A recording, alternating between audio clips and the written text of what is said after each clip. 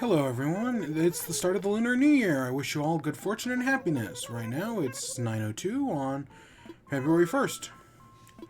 Almost forgot, right now at this very moment, it's shooting stars! It's one of the loveliest sights. Well, we've actually, I think that's, like, didn't we just get shooting stars like last week? That's cool. It means another visit from Celeste. Maybe she'll finally give us that moon bed. She won't. She never will. It'll never happen.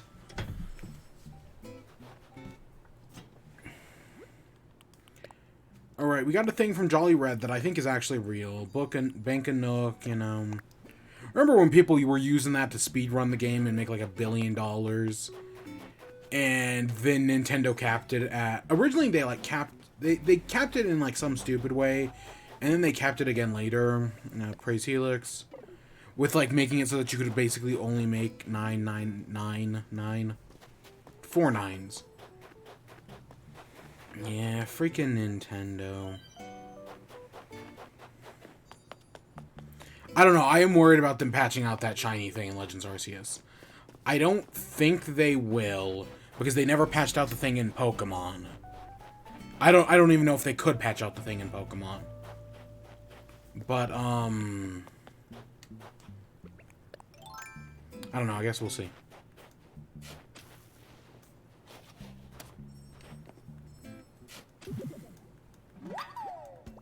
Even though, again, in theory, infinite shinies isn't a problem. Like, it doesn't actually matter.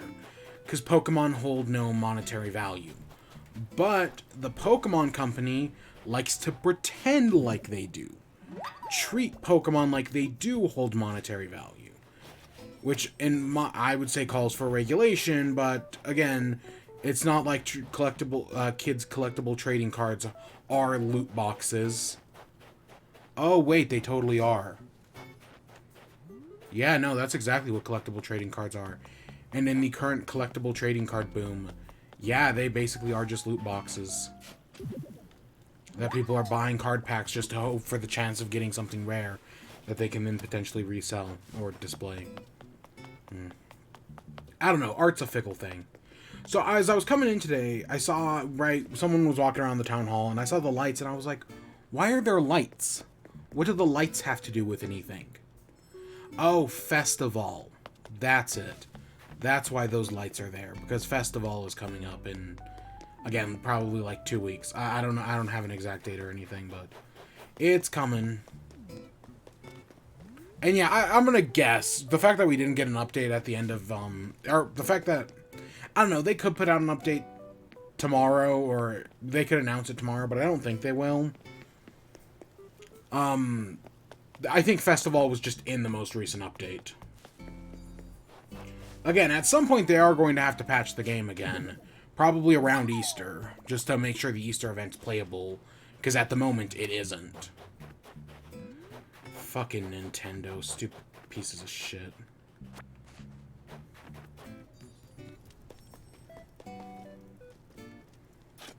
Oh god, Nintendo's been taking down music on YouTube. And like I've seen everyone's like, oh, well, Nintendo wants you to listen to music. Like, let's say you wanted to listen to a video game soundtrack in your car. What Nintendo wants you to do is take your Switch and your copy of like Super Mario 3D All-Stars and plug it into your car. And that's how they want you to listen to, like, a Super Mario 64 soundtrack. Fucking Nintendo, man. What a bunch of stupid fucking idiots. Like, because, yeah, they're just striking hundreds of thousands of people uploading their music.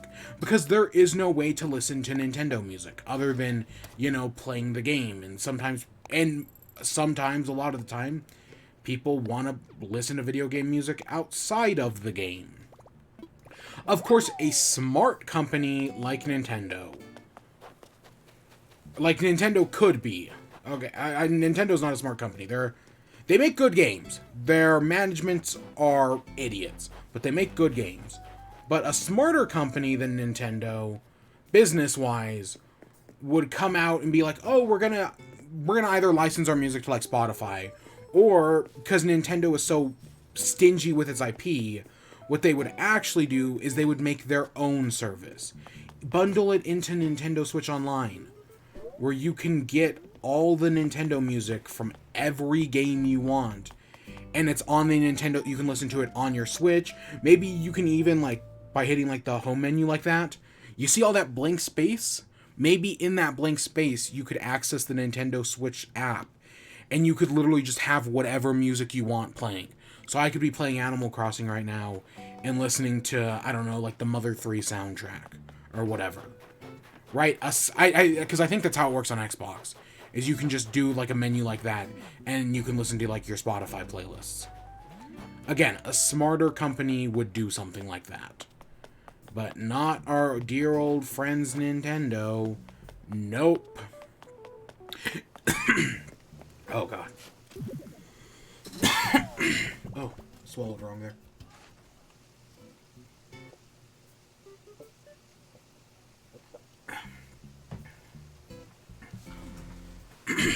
But on top of that, you know, if Nintendo were to ever make like a service like that, where you could listen to their music, like using the Nintendo Switch Online app, and let's say you could listen to music, you can listen to it on your phone, you could listen to it on your Switch, right? Anywhere you can access it. You can download stuff and listen to stuff offline. You know what Nintendo would fucking do? They would limit releases. Like a service like that, because again, Nintendo doesn't have to fight for any IP rights. Nintendo could just come out with a service like that. Oh, gosh. And literally put every soundtrack they've ever made on it. And people would love it. Like, yeah, would it be cool to get some other licensed stuff, like classic, like Mega Man and other stuff like that on it? Sure. But you don't have to get that. Just having every Nintendo soundtrack ever would be good enough. It'd be more than good enough, honestly. Because Nintendo's got some killer soundtracks. But you know how Nintendo would fucking do it? They would launch the service, and it would only have like 30 soundtracks on it from recent, like it'd have like a few NES soundtracks and a few more recent soundtracks from games like Mario Odyssey and Breath of the Wild. Maybe Animal Crossing, you never know. And then that would be it. And then maybe they'd add like 3 soundtracks every month. And eventually they'd be like, oh, we're finally adding SNES.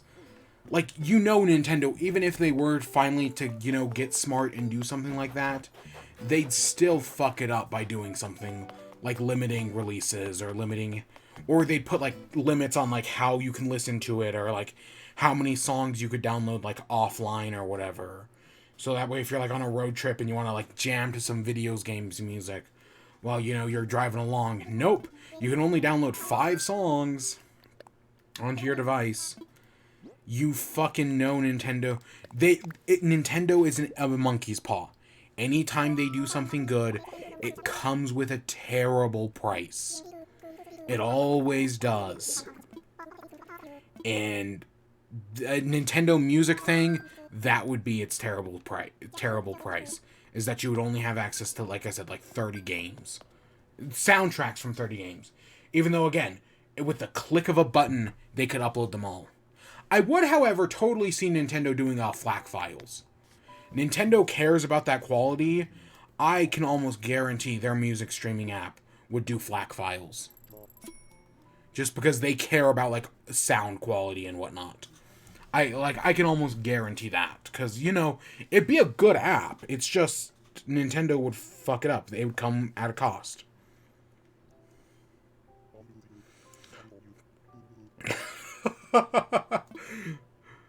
Oh my, okay, wait, give me a second. I gotta pull up this tweet. Oh gosh.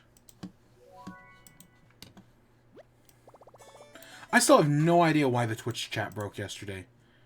I still have no idea. Give me a second. I gotta pull this up. This is freaking funny.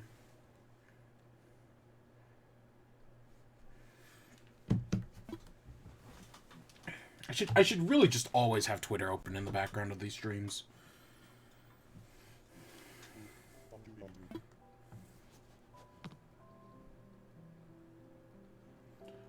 Okay, I kind of want to read that, but I'll do...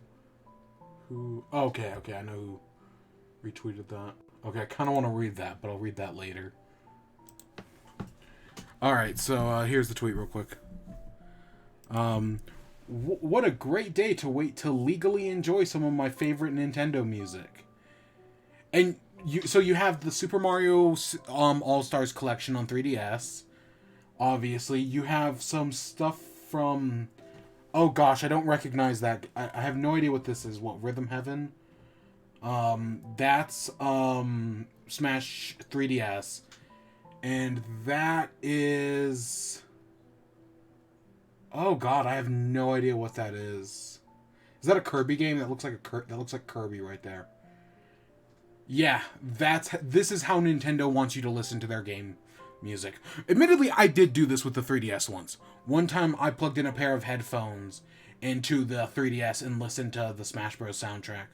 I think I was studying for finals at the time. And yeah, I was listening to the Smash Bros. Soundtrack while studying for finals.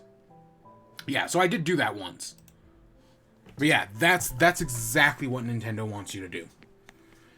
No convenience. No, they can't make it easy, and they can't even release all their soundtracks. Like, how the fuck else are you gonna listen to Mother 3's soundtrack? You can't even listen to the game here. You can't even play the freaking game.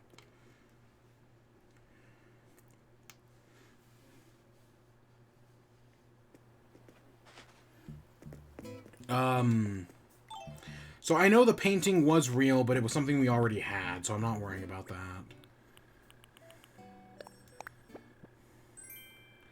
Yeah, I'm like pretty sure that was real.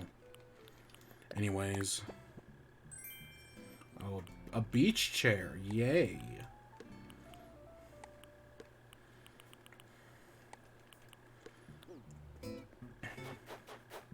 What a mess. So speaking of stupid shit that stupid people do, NFTs. I know yesterday we talked about Team 17. Oh yeah, it's a new moon out tonight. It's supposed to snow really hard tonight. I mean, I've seen people all around Texas. I mean, I saw Texas freeze trending on Twitter. And yeah, all around Texas, I guess stores at grocery stores are long. People are packing up. People are panicking. Because if it, like, I know people like to say, like, oh, you're blowing out of proportion. No, we're not. Texas was literally a day away from being without power for months. The server, not servers, the conductors that run their power stations almost broke, right? They were like freezing over and breaking. And if they had broke, because of all this tech shortages, that would have taken months to fix. Large portions of Texas would have been without power for months. And you know, if that happens, Texas collapses, just like straight up. I know people are always talking. I remember when the whole thing happened, people were like, oh, look at the kindness of people in Texas. Right? Look how kind people were being. Nah, it's every man for their fucking self. There's that Patton Oswalt bit about being in a plane crash and becoming the king of breathing. That's exactly what it would have been. Without a second doubt. It would have been the king of oxygen. I'm the king of breathing. And yeah, that's exactly what's going on. Are we going to get again? I saw the news is trying to be like, no, it's not going to be that bad this year. We're not going to hit below zero temperatures this year, so we're not going into the negative. The snow's only going to be like, I think, like 6 feet, whereas last year it was like 10 feet. And there was like one other thing, I don't remember. I think it's only supposed to last for like 3 days, whereas last time it was like a full week, or 3 or 4. So who knows? Who knows what will happen?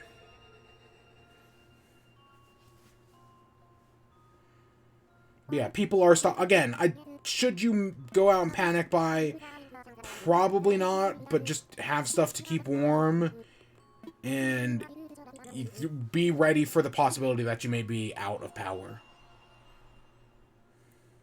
Hopefully it won't. Again, I would say hopefully in the past year, the government that, runs the country and whatnot would be prepared, would have been like preparing for this inevitability, because it was going to happen again. Like, yeah, Ted Cruz and Greg Abbott. Is it Greg Abbott or Gavin Newsom? They're both dickheads. I think it's Greg Abbott. Claimed that, it's a once-in-a-lifetime snowstorm.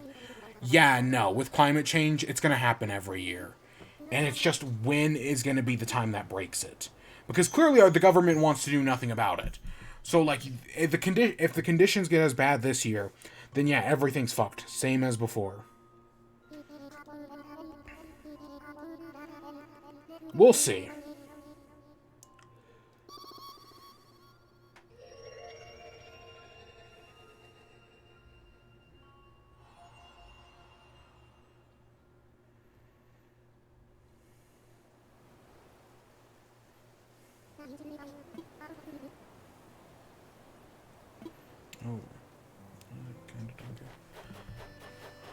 But what was I talking about? Oh yeah, speaking of things that use up a massive amount of power and that right, like ruin homes and whatnot.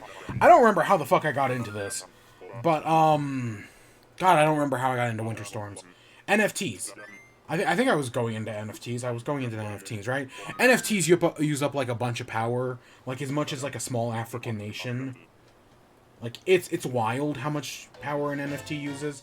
And yesterday we talked to Team 17 using up, right, making their NFTs and everybody rejecting it. And like this morning, I know at least 2 other studios, including I think Ghost Town, who does, right, Team 17 publishes Overcooked. Ghost Town is the actual developer. Oh, it's is it the festival tonight? Oh, cool. Yeah, so I think it's Ghost Town. Ghost Town came out and was like, nope, we fully reject NFTs. I think the developer behind Yooka-Laylee, Platonic, came out and also rejected NFTs. I'm sure there was probably 1 or 2 others. But right, this stirred some commotion. Like, yeah, because fuck NFTs, man. They're pyramid schemes. But yeah. So since that happened, after that happened, and like all these developers were denouncing NFTs, and we're even talking about like potentially severing relations with Team 17. Team 17 came out and was like, we made a mistake. We're not going to do NFTs anymore. Right? We've seen the backlash. Do I have their official statement? I can find it easily enough. If you give me a second. Let's jam out to this party music while I find the statement. Probably. Ooh. Oh, that's some cool art. Let's see, if anyone would have retweeted it, it would have been...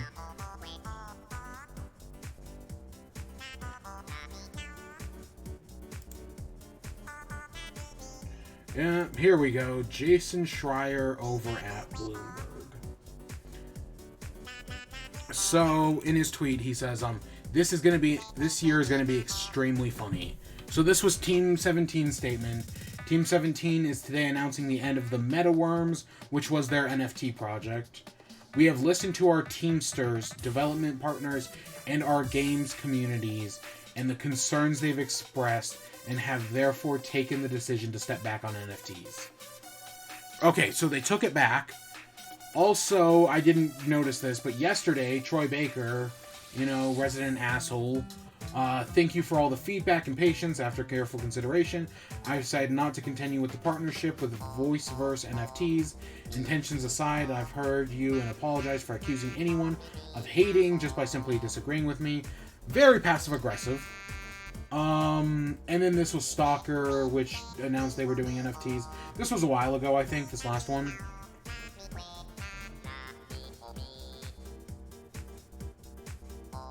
Oh, and then incidentally, 3 months after saying NFTs are the future, EA CEO Android Wilson just said in an earnings call they are not something the company is currently driving on. So what he's pointing out there, and I think we're going to see a lot of it this year, is companies being like, oh, here's our NFTs, immediately followed by them getting shit on for, making NFTs, followed probably by backtracks. Again, there are exceptions. Ubisoft's NFTs, they put them out, they failed, but Ubisoft still sees them as the pyramid scheme they are, and is like, no, we're going to keep pursuing this. People may not want to buy them, but we're going to shove them down their throats. Because these are pyramid schemes, and we want in on that. At least before regulation happens, which, to be fair, regulation is already happening. But, you know, regulation takes time. Especially when everybody in Congress is like 65 years old and doesn't even know what a computer is. Yeah, they don't know. They barely know what a computer is. God forbid they'd understand the blockchain. 99% of the population doesn't understand the blockchain. And, yeah, no. So, fuck NFTs. And yeah, you know, someone really needs to keep a list of like, hey, these are the companies and the celebrities, because it's almost always celebrities. Like, I don't need to hear about the bootlickers who are on the grounds wanting to make their ugly apes their profile pictures. I don't give a shit about them. They're easy enough to block.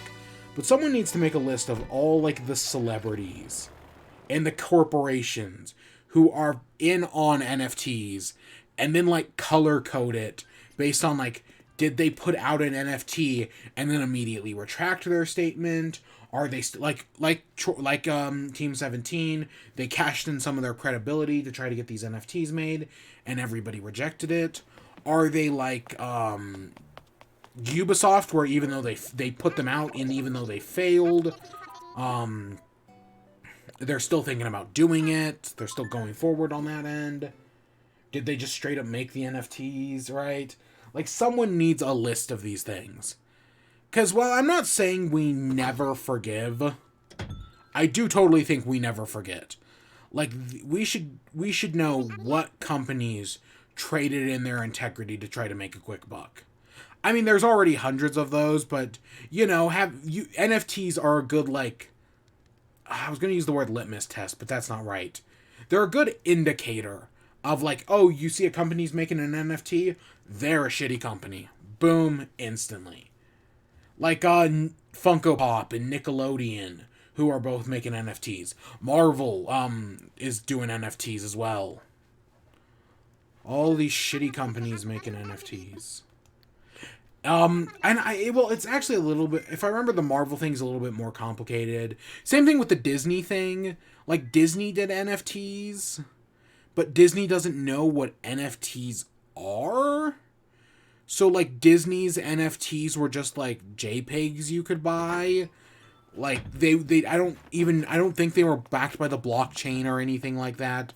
They were just, like, pictures you could get access to with, like, Disney bucks.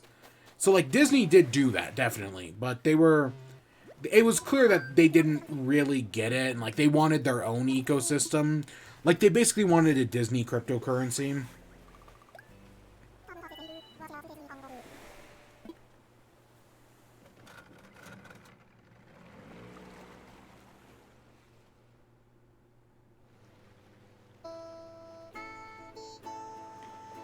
Yeah, so that's story number one. Fuck NFTs again. Story number two. So I talked a few days ago about that McDonald's hacked menu, and I was like, you know what? I'll try it. I originally, when I saw the prices, I was like, oh, so like the prices for just like the burger is like $6, and then there's the Land, Air, and Sea, like the Big Mac thing, which is like $11, and I was like, God, do I really want to pay that much for this? You know, I'll try it. I'll see how it tastes, right? You know me, I only go to these places for weird foodstuffs nowadays. Like, that's the only reason I give a shit. I'll try it. So I went to, and, you know, I can always get a soda as well. Like, McDonald's still has High C Orange. Ah, that stuff is so good. That stuff is... it's so good. But, so I was like, okay, you know what? I'll try it. So I tried their Land, Air, and Sea. I didn't try any of the others. I didn't try the double, because again, it was like $10. $10 or $11. I was like, that's it. I'm not paying any more than that. Like, that's already a little too expensive for my tastes. But, you know, I gotta try it at least. Or at least I'm curious enough to try it, which is exactly what they want. You to be, like, curious enough to try it. And I will say, don't fucking try it. Not that it was, like, the worst tasting thing ever, but it was too expensive, and there was no fanfare. Yeah, I'm gonna be that guy. When they announce like, oh, we're doing like these special hacked menu things, I was like, oh, so I'm gonna literally buy this land, air, and sea thing, and it's gonna be a Big Mac with a fillet of fish and a chicken sandwich on it. Okay. And again, they could have easily just gotten away with, hey, what if we just made a Big Mac but used chicken sandwiches instead of burger patties. Like, and people would have been happy with that. But my disappointment here is that they don't even construct it for you. It's not even like, oh, you buy it and you get this massive sandwich that has all of those things on it. No, you get the 3 separate things and then you have to combine them yourself. And then you just have like 2 extra, or 4 in my case, 4 just extra buns, right? Or 2 tops and 2 bottoms. So, however you math that out. So yeah, and then you have all this extra bread, and it's like, what? Unless you just put all that bread on the sandwich, which God, that's, like, there's a ratio to these things, and that's too much. Maybe use 1 or 2 pieces, but then that gets like a 5 bread layer sandwich, and even that's a little too much. But yeah, I was so disappointed. I was like, what? This is, like, put a little fanfare into it. Like, actually assemble these things. I know they probably don't hold together that well, but the Big Mac already doesn't hold together that well anyways. I'll cut you some slack. But no, you gotta make it yourself. And that's why, so even though literally last week you could get a Big Mac and a fillet of fish for, I think, $6, and then probably the chicken cost you another $1 or $2. Nope, now right now that promotion's ended, and now they're selling this thing for, again, like $10 or $11, and it's just like, yeah, that's just straight up not worth it. You gotta assemble it yourself. Taste-wise, sometimes it just tasted like nothing. Like, you know, it tasted like McDonald's taste TM. Other times the fish was strong. Other time, at least on one bite, the chicken was strong. The fish was really powerful. Like half the time. Yeah, with one exception, I couldn't really taste the chicken at all. But yeah, it mostly was just like McDonald's taste TM. So yeah, I was not. I've never had the McGangbang. Which is the double cheeseburger, maybe not even, maybe just a normal cheeseburger, I don't remember. And the chicken sandwich, I've never tried that before. But even getting that you can probably get like 2 of those. No, you could probably actually get like 3 of those for the price of 1 of these.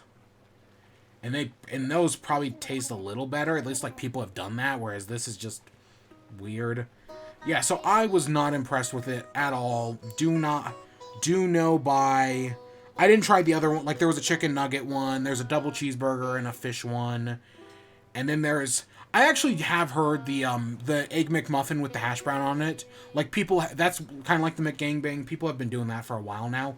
That one's probably decent, and that one probably doesn't cost an arm and a leg.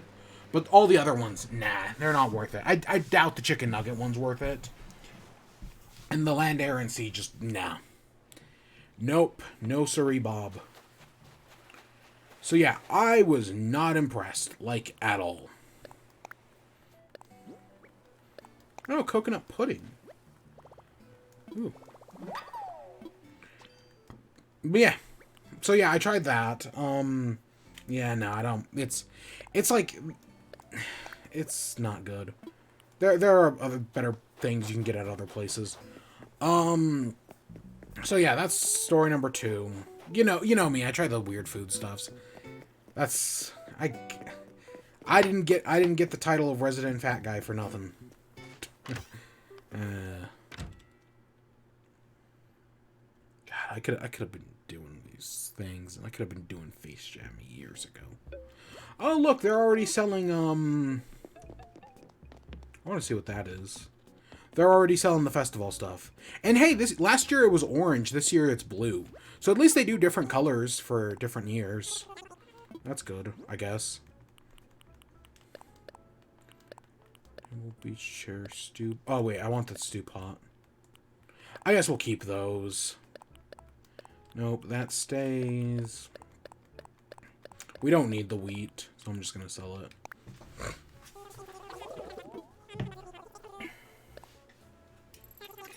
Alright, okay, let's check our turnip prices. 76. Okay, so we're still going down at the moment, but there's still plenty of time to go up.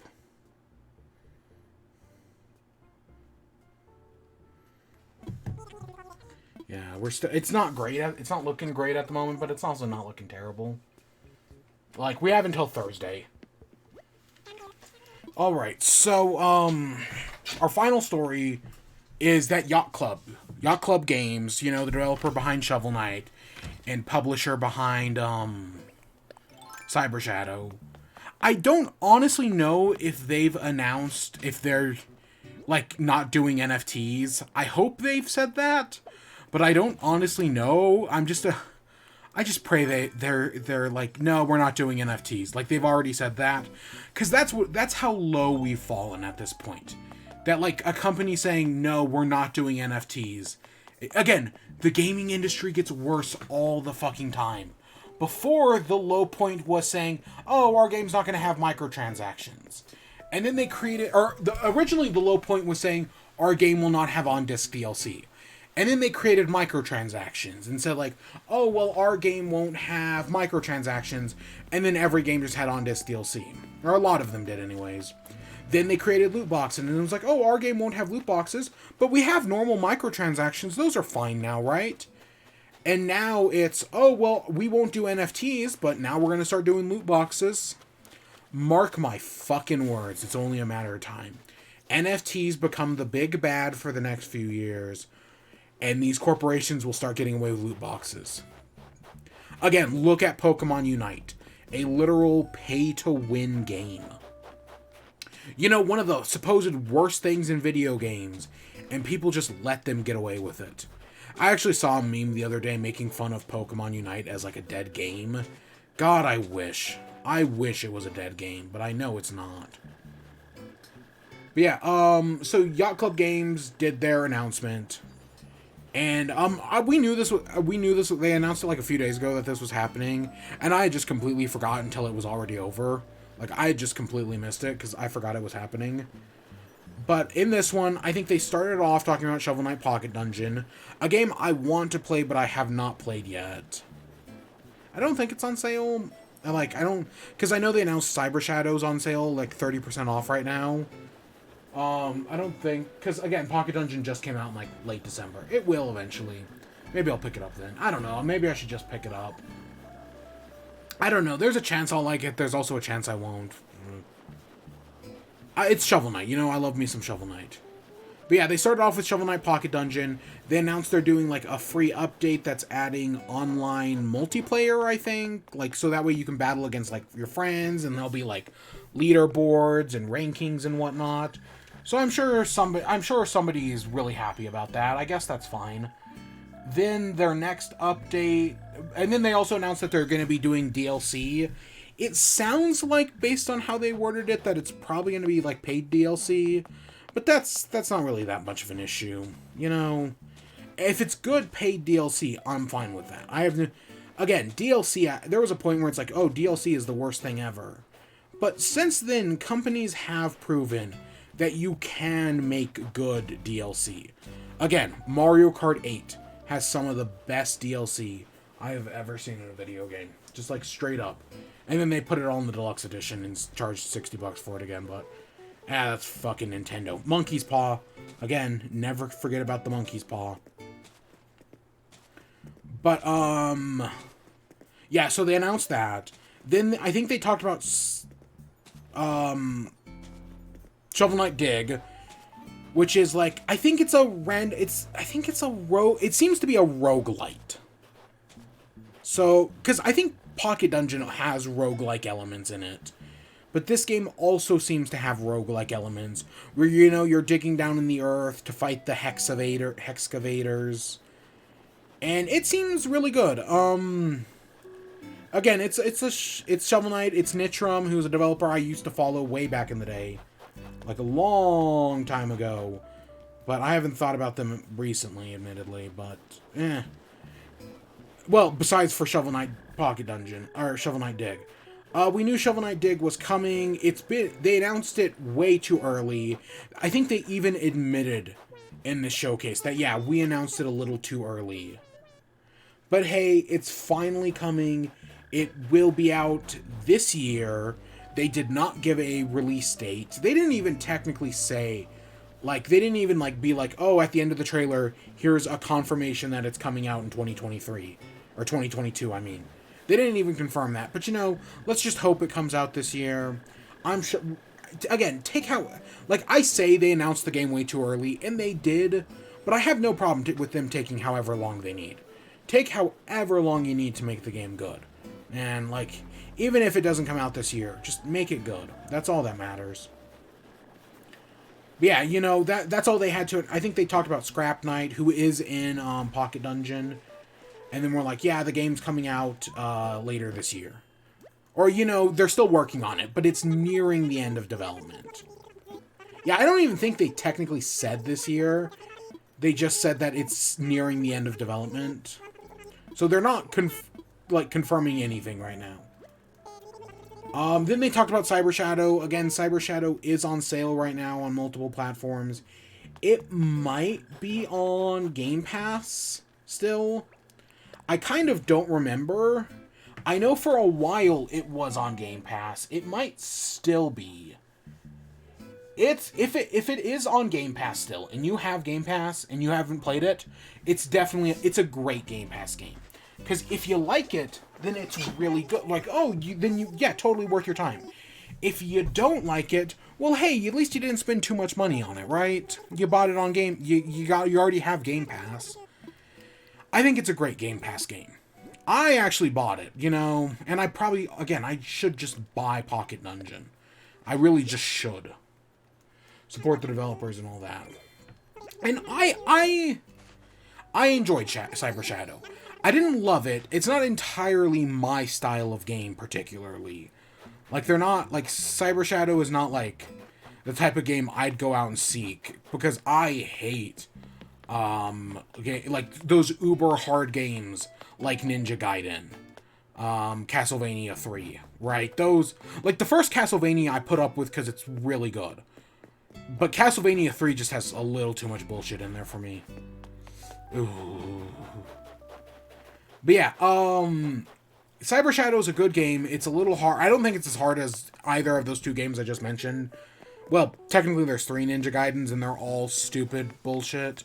Again, the AVGN did a great video on it back in the day. Yeah. On the Ninja Gaiden games.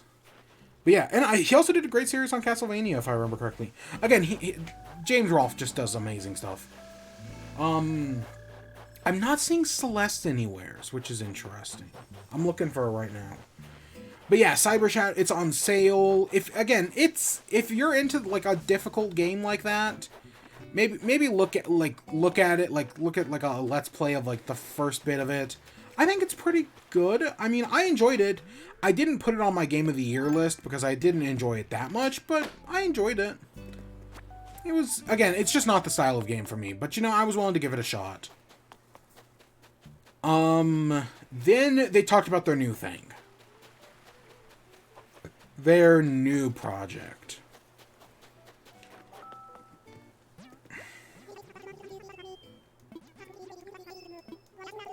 Yeah, sure. Weird, but okay.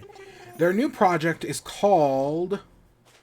I wrote it down. At least I think I did. It's, what is it? Mina the Hollower? Yeah, Mina the Hollower. There we go. So this is a game that is inspired by... They specifically call out Game Boy Color games. They specifically say it's inspired by Game Boy Color.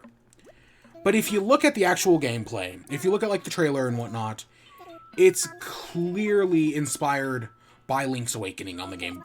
That was originally on the Game Boy, but later the Game Boy Color. Like, that's clearly the inspiration. And you know what? This looks awesome. Straight up, don't get me wrong. I love me some Shovel Knight. My hope was that when Yacht Clubs went on to doing their next game, they would do something different. I don't want them to become the Shovel Knight only studio. Right? Like, they had made a joke about doing Shovel Knight card at one point. I didn't need that. I mean, even them doing, like, a fighting game. I know they promised it in the Kickstarter, but they didn't actually, like, need to do that. But it's cool that they did, I guess. I mean, admittedly, I need to play more of it, because it has a whole story mode that I've barely touched. Yeah, I've barely touched the Shovel Knight fighting game. Go figure. For as much as I love the series, again, potentially my favorite game of all time, I've never actually touched the fighting game. I've barely. I booted up once, messed around with it, and then moved on to, you know, playing King of Cards. But yeah, I'm glad they're doing something different. You know, don't get stuck in that rut of only doing Shovel Knight. You can do other games. You can create other ideas. I love the idea of Yacht Club Games doing a Zelda game and doing a Metroid game. Again, I think Team Cherry beat them to the Metroid one. But I feel like they just understand how to make retro games better than most other studios. Specifically because they know what to keep and they know what to get rid of. Right? Shovel Knight takes all this stuff from the NES era, but it also gets rid of a ton of stuff as well. Life systems, one of the worst mechanics in games. Shovel Knight got rid of it, and it's all the better a game for it. Like, seriously, it's so much better that we don't have a life system in Shovel Knight. Like, oh my gosh, could you imagine? I might not have actually liked the game because of that. I didn't like Mega Man 11 because of that. Life systems are such an antiquated thing. But Yacht Club Games knows what elements to pick and choose when it comes to making a game. And when making a Zelda game, I'm sure they will do it. Because as well as being inspired by The Legend of Zelda Link's Awakening, there is a little, I do definitely feel influence from Castlevania. And not just in the fact that Mina, who's like a mouse, uses a whip. And it is aesthetics. It is a lot of aesthetics base. But there is just where it's like, yeah, this kind of reminds me of like Link's Awakening mixed with Castlevania. Which is kind of ironic because if you know the story of Symphony of the Night was actually inspired by Link to the Past. Like a lot of like Symphony of the Night, the game that basically created the title, or you know, led to the creation of the title Metroidvania, was not inspired by Metroid. It was inspired by Link to the Past. So like the idea that hey, they're making a Zelda Link's Awakening style game, but they're taking influence from Castlevania for like the theme and whatnot. Yeah, no, I'm totally down for that. That has a lot of great potential in it. I know we have to visit Sasha. Who's the third person we had to visit? Oh, Bob. And we gave Bob a gift already.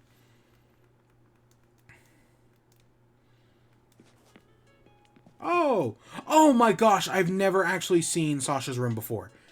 This is the greatest thing ever. Oh my gosh. This is the greatest thing ever. These little... Oh my gosh. I love this so much. Oh, we're living here now. This is our house now. But yeah. So them doing a Castlevania inspired, Castlevania theme, Link's Awakening inspired, because graphically it looks like something off of the Game Boy Color. I think it looks great. Visually, I think it looks great. This has so much potential. This is gonna be great. The one weird thing about it, it's a Kickstarter game. They're not just like, oh, here's our next game we're making, and you know, it'll be out eventually. It'll be out probably next year or whatever. No, they're backing it on Kickstarter. And I think it has... Oh God, can I just pull up the Kickstarter page? You know, while we're sitting here hanging out in Sasha's room, can I just pull up the Kickstarter page? I got Wordle pulled up. Do I have... I should have it. Maybe it's here.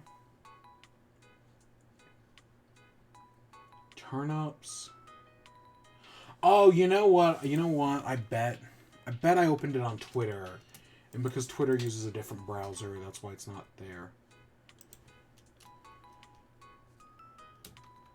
At Yacht Club Game. Ooh.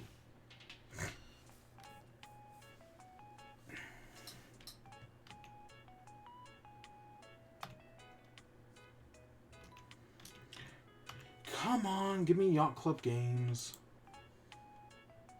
What? I did spell that right? I'll find it some way or another. Let's talk to Sasha real quick. Hey, Sasha. Happy Lunar New Year. Oh, I can start giving Sasha gifts. Okay.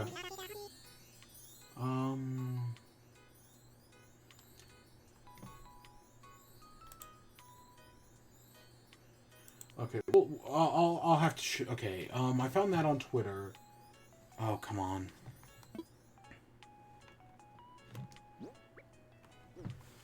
Okay, I'm trying to multitask right now and it's not going well.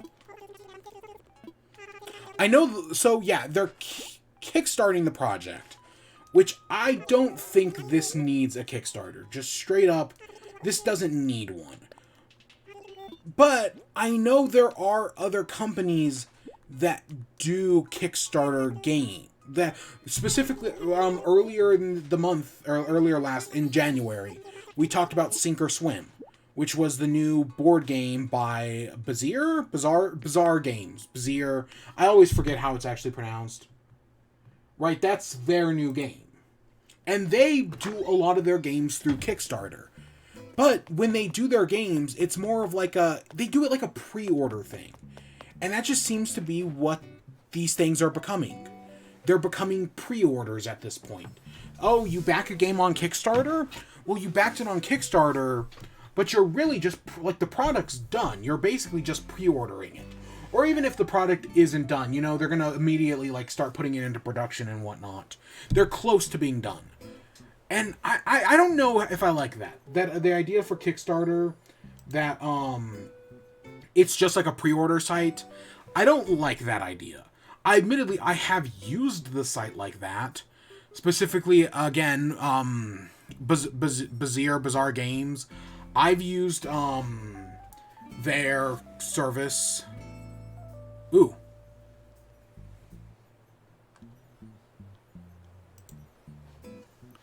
And the stream is down.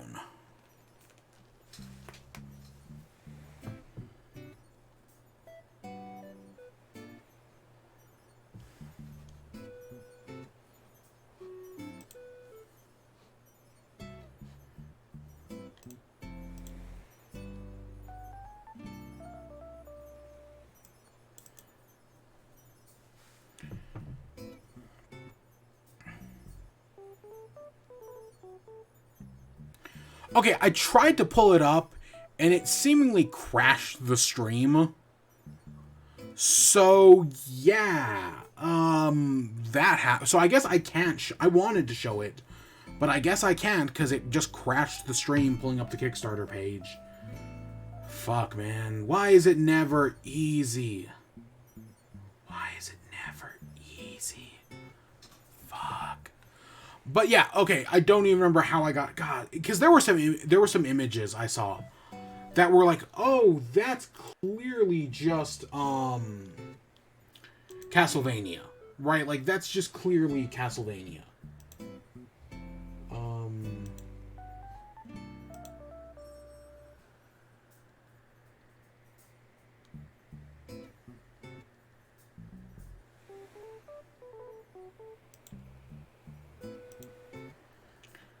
But yeah, so it is interesting.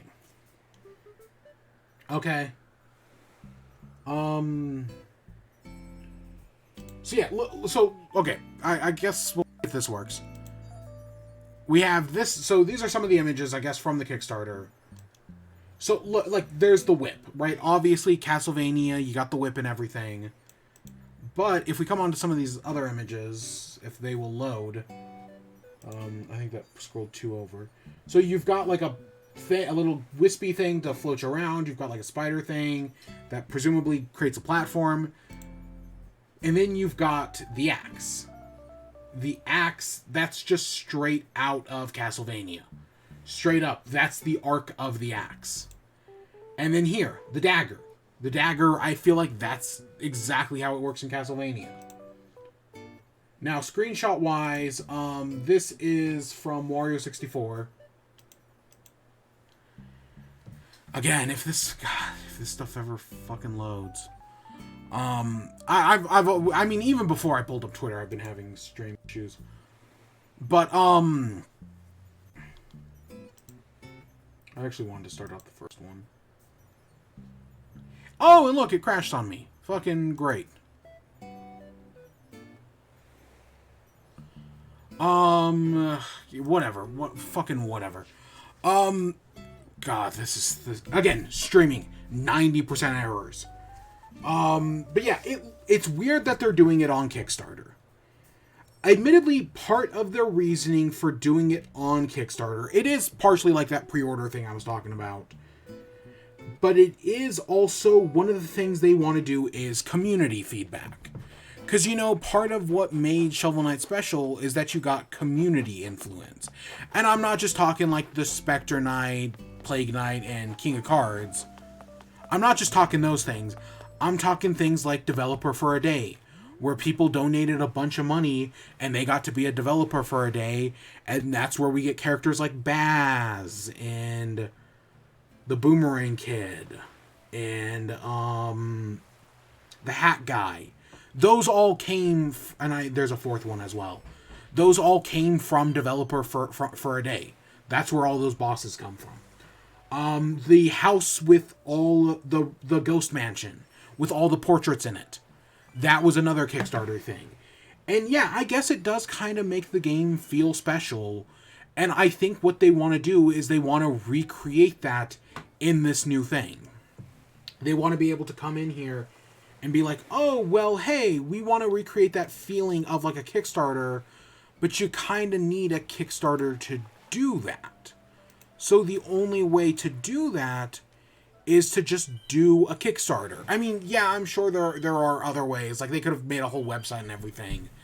But they want to make people feel like, oh, well, yeah, like, if you support the game, hey, we will have, like, developer talks and whatnot, and you will be influential in the game. Like, there'll probably be polls and whatnot. I'm sure. But yeah, it's because their justification, at least how I read it, is because they want community involvement. And they think this is the best way to do it. Now, of course, if they want community involvement, why they don't just like do like Bizarre Games when they do Sink or Swim, or I think the not the Onion, the team that does Exploding Kittens, whose name I don't remember. Oh gosh, what are they called? Not the Onion. The Onion's a different thing. Not Pet Foolery. Pet Foolery is Pixie and Brutus. I don't remember. Whatever the team that does Exploding Kittens, Burrito Throw, Bears vs. Babies, they just launched a new game on Kickstarter today, and I think that one also has a goal of like $1,000, because it's more about like just doing it as like a pre-order.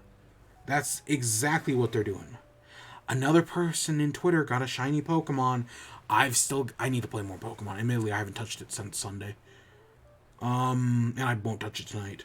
But yeah, I think that's like, if like you wanted all this community feedback, you could have done something like that. Like, set the Kickstarter goal low, so that way people are more inclined to like, oh, well, this is more of like a pre-order thing, but if you want that feedback into the game, well, here you are.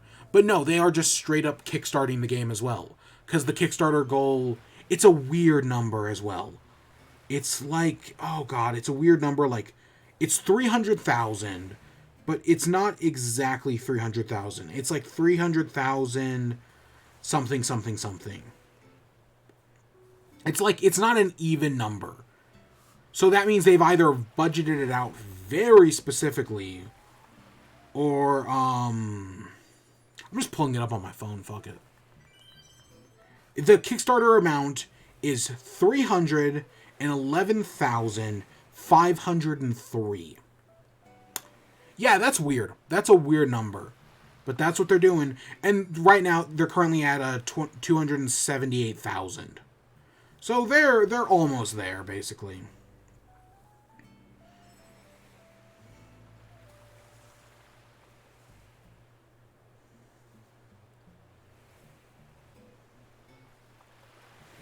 Yeah, there's a bunch of stuff about the game in here. Again, it looks just like Link's Awakening. Like I tried to show it, it crashed on me, but trust me, it looks just like Link's Awakening. Like but I think it looks really good. Like if this was actually on the Game Boy Color, it probably wouldn't look as good. And yeah, like you see things like the character jumping around, and just them like the arc of the jump is clearly Link's Awakening. They dive into the water. It looks exactly like how it does in Link's Awakening on the Game Boy Color. Oh yeah, there's the images I was talking about. Oh, so you create the spider platform, or the spider, yeah, you like use it to like walk over pits. And yeah, the bat is like a hover. But yeah, it looks exactly like it. It looks like a great game. Like again, it's Yacht Club. I trust Yacht Club games. They've more than earned it at this point. The Kickstarter probably won't fail. Like there's always that risk with Kickstarter. Nah, Yacht Club games have proven more than that they can deliver. I mean, again, it took them a while, but it was worth every wait. Oh my gosh, I need to Let's Play King of Cards. I did Shovel Knight. I did Plague of Shadows. Spectre of Torment is probably the best Let's Play I ever made. I'll probably stream King of Cards, but I need to do that at some point. I kept meaning to, and then I just kept pushing it off. Probably because of Animal Crossing. But yeah, that's Mina the Hollower. And I think for the Kickstarter here, I can double check, but I think they said like the delivery date, or the projected delivery is December of 2023. Does that mean they actually will deliver by December 2023? Yeah, December 2023. So the full basically 2 years, or yeah, 2 years from now. So that's still a while away. Will they actually deliver by that date? Or will they deliver later? Probably. Will they deliver earlier? Maybe. I mean, it's always possible. I know from Kickstarter, I think it was probably Edmund McMullen, working on the Binding of Isaac Rebirth for the Four Souls Kickstarter, said that as part of kickstarting in COVID, all Kickstarters are adding like an extra 6 months to their Kickstarters nowadays to factor in COVID and like all the shipping delays coming from China. Right, they're like taking those things into account because of how because we're still in the height of the pandemic at the moment. I haven't checked the numbers in a few days, but I assume we're still in the height. We're not at the tip. I mean, the highest point so far. Someone made that meme like in like May of 2020. Oh, it's the height of the pandemic. No, it's the height of the pandemic so far. And I've seen it reposted like 4 times because we just keep hitting highs, and we shouldn't be. Like this could have ended in May of last year, but because people refuse to get vaccinated, it never will. It'll just become an endemic. But yeah, so I know that's something Kickstarters are doing. They're all taking that into account. They're like, oh, we can't just. They're adding extra time onto it, and if they deliver earlier, cool. If they don't, well, hey, they worked in that time. Again, I think it was Edmund McMullen. It might have been somebody else, but I did hear that at some point. Someone talking about that. Is it the Oatmeal? Is the Oatmeal the company that does Bears vs. Babies? I don't know. Exploding Kitten. I think it might be the Oatmeal. Exploding Kittens was fine. I thought it was a little underwhelming, and I didn't play Throw Burrito. I just couldn't be bothered. And they've done a bunch of other games since then. Because I backed Exploding Kittens, I backed Bears vs. Babies, and I just couldn't be bothered with burritos. I think I tried the crab one. The crab one was okay. And their new game, it's like something like Wombat Attack or something like that. I think it's a dumb... Like, they make every game related to animals because I feel like that's their brand at this point. But I think the actual game... either that or food. Like, I know there's like that avocado one that I don't remember anything about, just other than that avocados in it. Hand-to-hand wombat. You get it like hand-to-hand combat. It actually doesn't seem like a terrible premise where you're like trying to like stack these towers but one person is intentionally trying to like sabotage you. That again, I liked Camp Betrayal, and I like deduction games like that where one person is secretly evil. There was that, was it called Snakes and Mongooses, where like one person was like, or maybe it was just called Golden Mongoose. That one also wasn't a terrible social deduction game either. It wasn't outstanding or anything, but it was fine. Social deduction games are really fun. But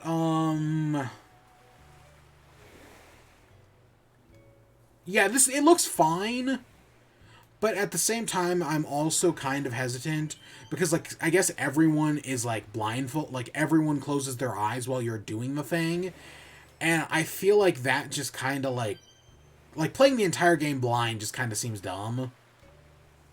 I don't know. I'm fine with like a minute or two of blindness and like maybe per round, or like Ultimate Werewolf at the beginning of the game, Secret Hitler beginning of the game. But if you're like playing the entire game blindfolded, I don't know if I like that. That kind of like I get the purpose of it, but and again, I think the Oatmeal is very hit and miss when it comes to their games. Again, Exploding Kittens just didn't like. It was one of the most backed Kickstarters ever, and it just didn't wow me. Like once I played it, like I've enjoyed time with it, I guess, but I was never too impressed with it. And same thing with Bears vs. Babies. Like it's fine, but it's nothing amazing by any means.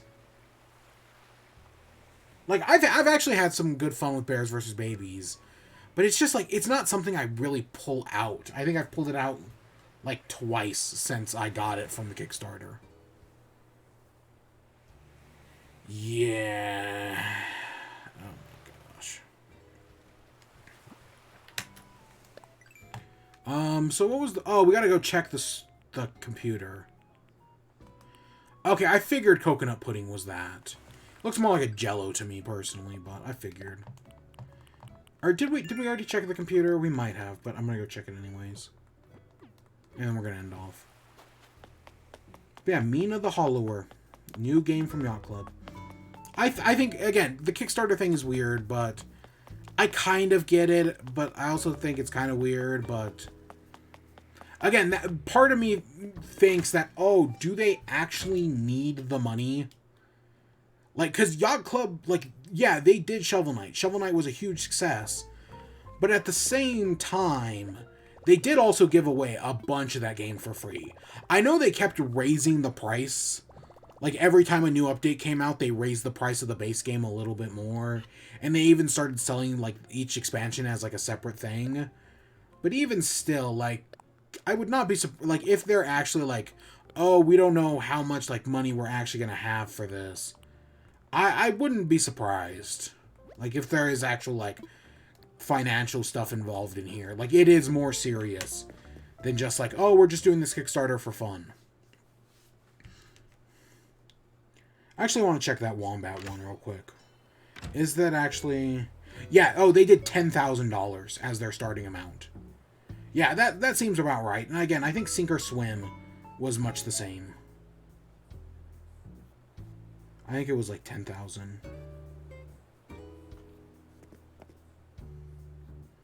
Sink or Swim started off at 5,000, yeah. That one has 8 days left. So that one's, if you're at all curious about that, which again, it doesn't look bad. I'm still very impressed with the crew at the moment though. But Sink or Swim doesn't look bad at all. But you're if at all interested in that, now is the time. You're running out of time. And again, Bizarre Games has a good track record. I like the Ultimate Werewolf, and I liked Werewords a lot.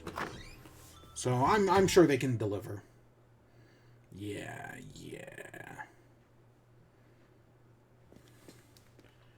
Did we have to... I was like, I know we have to put stuff away. Beach, stew pot. Socks. Gyroid. Rope partition? I don't know what that is, but okay. A veggie sandwich.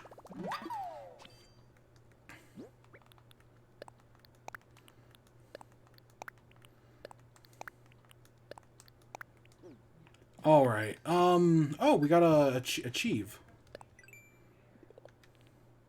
Writing a cookbook. Oh, we have 50 recipes. Oh, that's... I know there are so many recipes where, like, just looking at our recipe book, like, looking at the recipes, I know there are a bunch of things we're missing.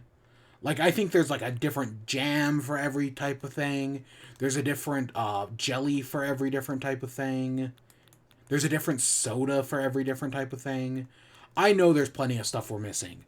There's a bunch of, like, sandwich platters that I'm pretty sure you can make that we just never got to. Where is that noose? Wait, where is that sandwich we just got? Is that down? Is that up at the very top? There's probably a different type of bread for everything.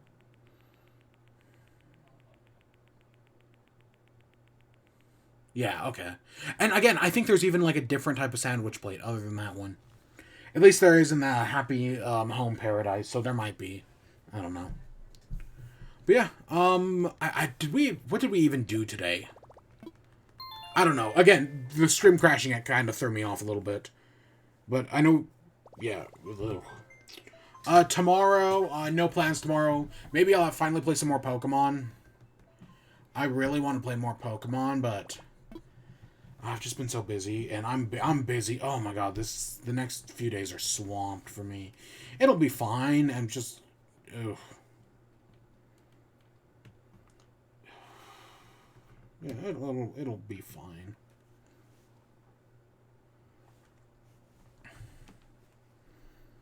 Yeah, new Yacht Club game, man.